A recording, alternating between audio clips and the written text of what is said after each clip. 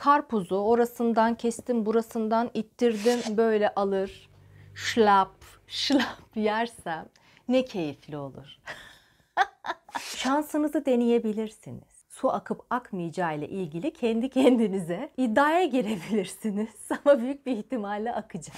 Şu adrenalini yaşamak isteyip istemediğimi iyi değerlendirmem gerekiyor. Üzüm yiyeceğim, çekirdeğini de çıkaracağım derseniz nasıl yapacağız? Daha yemek yemeyi beceremiyor. İşlerimizi nasıl halledecek? Şeftali yemeye karar verdiysem iddialı bir insanım demektir. Hoş geldiniz. Bu içeriğimizde yaz meyvelerinden bahsedeceğiz. Yaz meyveleri bir protokol davetinde, bir iş yemeğinde, ortaya bir kasede, bir tabakta, herkesin alımına açık bir şekilde geldiğinde bu meyveleri kendi tabağımıza nasıl alacağız ve nasıl yiyeceğiz? Üzüm. Yeşil üzüm olabilir, siyah olabilir, çekirdekli, çekirdeksiz olabilir. Nasıl alım yapacağım? Önce bir bakarım. Etrafta bir makas var mı? O makas eğer bu tabakla birlikte geldiyse demek istiyorlar ki üzümü keserken makası kullan. Kendime biraz salkımdan keseceğim makasla anlamına geliyor. Makas gelmediyse sıkıntı değil. Hafifçe elimle şöyle diğerlerine olabildiğince az değmeye çalışarak alırım ve kendi tabağıma koyarım. Üzüm büyük de olsa, küçük de olsa bir lokmada yenebilecek, akıtmayan bir gıdadır. Koparıp ağzıma atabilirim ve rahatlıkla bu şekilde yiyebilirim. Üzümde önemli olan nokta şu: açıkta, herkesin alımına açık olan kaseden ya da tabaktan üzümleri teker teker böyle alıp yemiyorum. Dediğim gibi bir salkım kendime alıyorum. Makas varsa makasla, makas yoksa şöyle tutarım ucundan. Çok affedersiniz derim. Şöyle küçük alırım ve tabağıma koyarım. Bu önemli. Bütün salkımı elime alıp da bu şekilde buradan alma yapmıyorum. Çok affedersiniz diyorum. Mutlaka şurada sapı vardır. Sapından destek alarak tık kendime yiyebileceğim bir dalı alıyorum ve tabağıma koyuyorum. O şekilde teker teker yiyorum. Üzümün çekirdeğinin tadının kötü olduğunu düşünmüyorum. Üzümün çekirdeği varsa ve üzüm yemeyi tercih ettiysem bir toplantıda çekirdeği de birlikte kıtır kıtır yerim. Üzüm yiyeceğim, çekirdeğini de çıkaracağım derseniz nasıl yapacağız?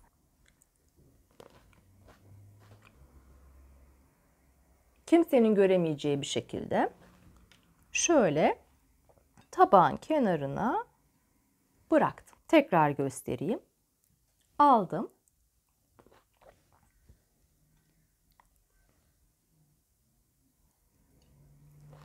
Böyle çıkardım. Yani ağzımı şöyle kapayarak çıkarmak için ittirme eylemi yaptığımı göstermeden, yani ağzımın içini göstermeden şöyle alırsınız ve şöyle bırakırsınız.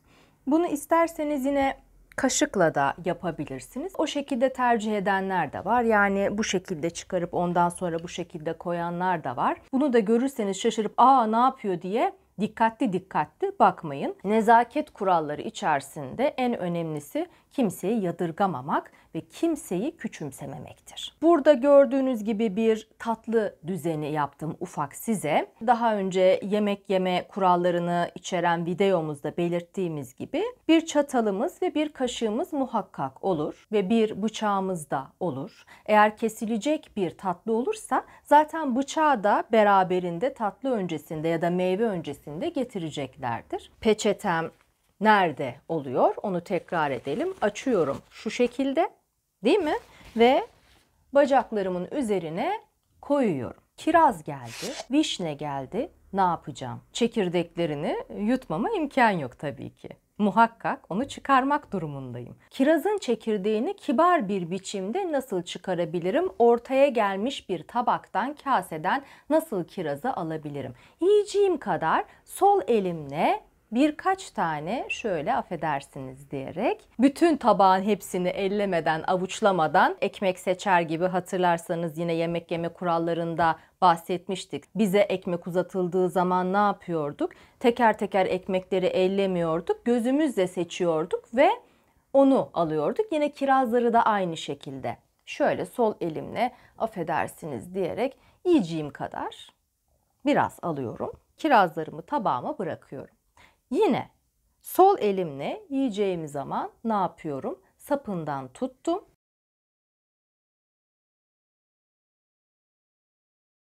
Şöyle bıraktım. Bunu yine kaşığa çıkarma şeklinde yapanlar da var. Onu da göstereyim. Yine sol elimle tuttum, sapından aldım.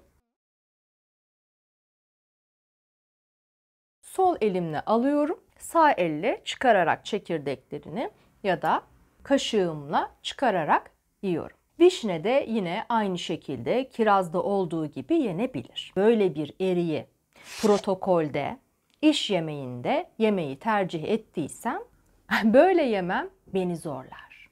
Çünkü suyu akar. Belli. Bakın yumuşaklığı var. Çok belli. Sulu bir meyve.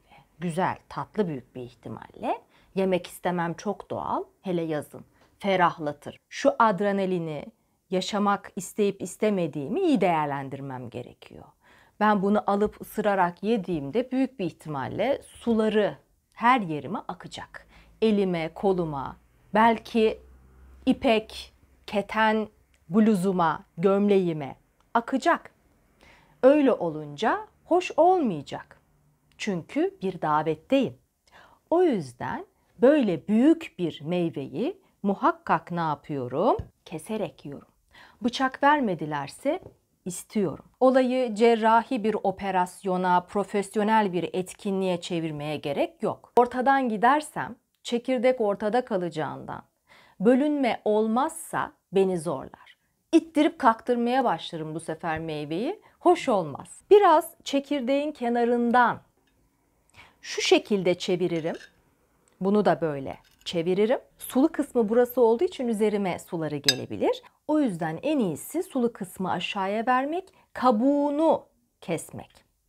Şöyle keserek yiyebilirim erik bu kadar büyükse ve aynı şekilde böyle devam edebilirim. Çekirdeğin çevresinden dolana dolana yerim. Küçük erik ve kayısı. Şansınızı deneyebilirsiniz. Bunu bu şekilde yiyince su akıp akmayacağı ile ilgili kendi kendinize iddiaya girebilirsiniz ama büyük bir ihtimalle akacak. O yüzden tuhaf bir görüntü vermemek için, rahatsız olmamak için, öncelikli olarak kendiniz rahatsız olacağınız için söylüyorum. Yine bunu da en iyisi açıkçası ben öyle tercih ederim. Çatalıma batırdım. Şöyle açtım. Zaten bunu soyması çok kolay. Gördünüz mü? Direkt geliyor. Bir kayısı beni bu büyük erik gibi zorlamaz. Rahatlıkla ikiye açarım. Daha sonra çekirdeğini çıkarırım. Böyle rahat rahat ikiye bölerek dörde bölmüş şekilde rahat rahat yiyebilirim. Hiçbir sıkıntı da yaşamam. Küçük erikte de deneyelim. Erik yapısı gereği daha çekirdeği yapışkan olduğu için çekirdeğin çevresinden dolanmak çok daha iyi.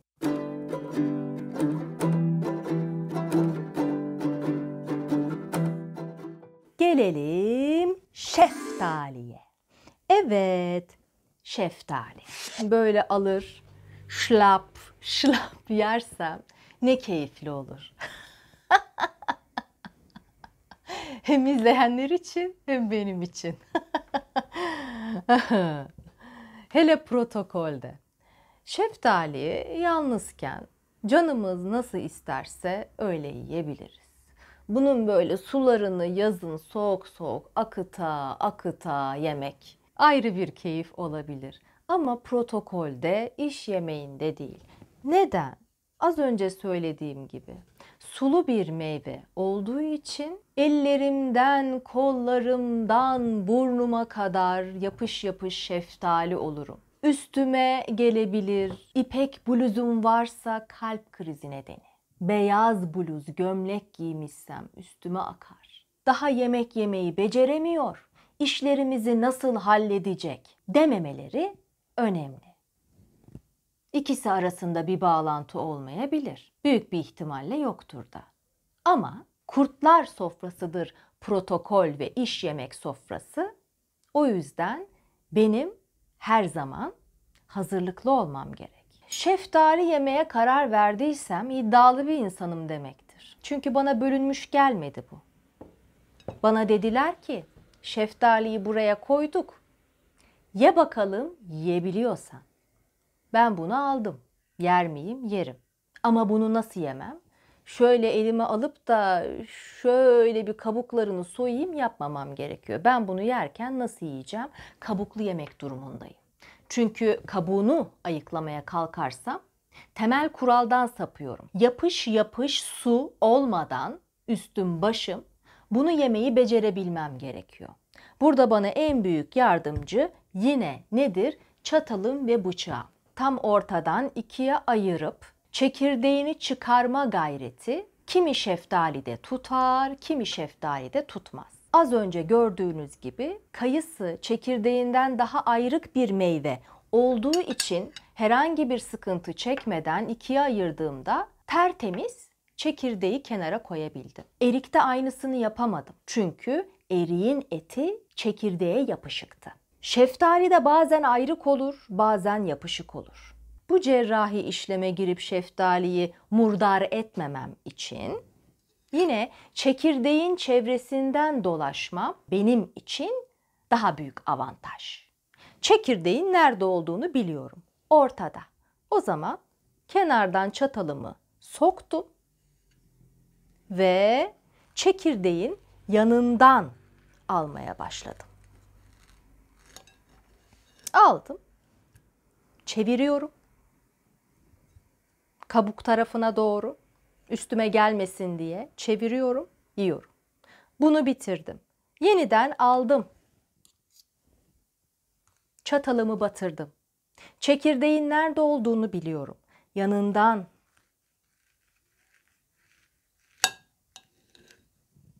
Aldım, kenara koydum. Çevirdim, yedim. Ve daha sonra bu iki güzel parçam yenip bittikten sonra ne yapıyorum? Buradan yiyorum.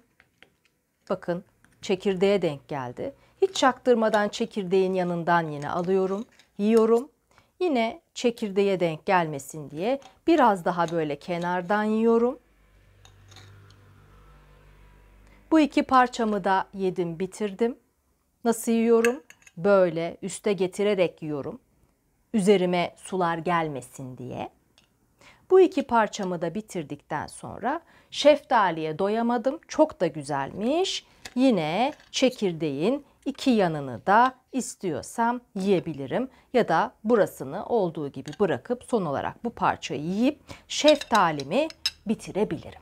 Yaz meyvelerinin şahı geldi. Kavun ya da karpuz. Bakalım kavun bölünmüş ve temizlenmiş olarak gelirse harika. Bunu zaten biliyorum. Çatalımla, bıçağımla güzel güzel bunu yiyebilirim. Temizlenmiş olarak, kesilmiş olarak gelmesi daha güzeldir. Kavunun kabuğundan ayrılma işleminin düzgün bir şekilde yapılmış olması gerekiyor. Kabuğunun üzerinde çekirdeklerinin kalmamış olması gerekiyor. O şekilde servis edilirse harika olur. Soğuk bir şekilde tabii ki. Bildiğimiz gibi hepimizin. Çok güzel olur. Bazen şu olabiliyor. Küçük kavunlar var. Bizde çok yok. Bazı yerlerde karşımıza çıkabiliyor. Yurt dışında daha çok. Mesela Mısır'a gittiğimde görmüştüm. Küçük kavunlar var. İkiye bölünüyor. Yuvarlak olarak servis ediliyor. Şimdi bunu bir örnek olarak gösteriyorum. Diyelim ki böyle geldi. Böyle gelmez de yuvarlak, zaten küçük bir kavun o. İkiye bölünüp bir yarısı servis ediliyor. O size o şekilde birden gelirse şaşırmayın. Yapacağınız şey şu. Tatlı kaşığınızla, komposto kaşığınızla bu zaten yuvarlak olan, kabuğu da üzerinde olan kavunu, küçük kavunu normal tatlı kaşığıyla böyle, zaten kabuğundan tutabilirim. Kabuğu zaten yuvarlak olacak. Kabuğundan böyle tutarak puding yer gibi yerim. Bu da aklınızda bulunsun. Karpuz dersek. Şimdi karpuz tabii çekirdekli bir meyve. Üst tarafta çok belirgin olan çekirdeklerini çatalımla, bıçağımla kenarlara ittirip, ayırıp kenara o şekilde yemeyi tercih ediyorum. Şöyle alıp karpuz çekirdeklerini de ağzınıza gelen boşaltabilirsiniz. Karpuzu yemeden önce çekirdeklerinin hepsini çıkarabilmek için karpuzu orasından kestim, burasından ittirdim, sularını oralara buralarına saça saça bütün çekirdeklerini çıkarmaya çalıştığım gibi bir çalışma hoş olmaz. O pek istenmez. Yaz meyvelerinin protokolde, İş yemeklerinde, özel davetlerde nasıl yeneceği, nasıl daha zarif bir şekilde yenebileceği ile ilgili olan içeriğimiz sona erdi. Görgü kuralları ve nezaketle ilgili kanalımda daha birçok içerik var. Oynatma listesini videonun sonuna bırakıyorum. Beğenmeyi, yorum yapmayı ve paylaşmayı lütfen unutmayın ve kanalıma abone olursanız da yeni içerikler yayına girince hemen bilgi sahibi olabilirsiniz ve izlemeye başlayabilirsiniz. Bir sonraki içerikte görüşmek üzere. Kendinize iyi bakın.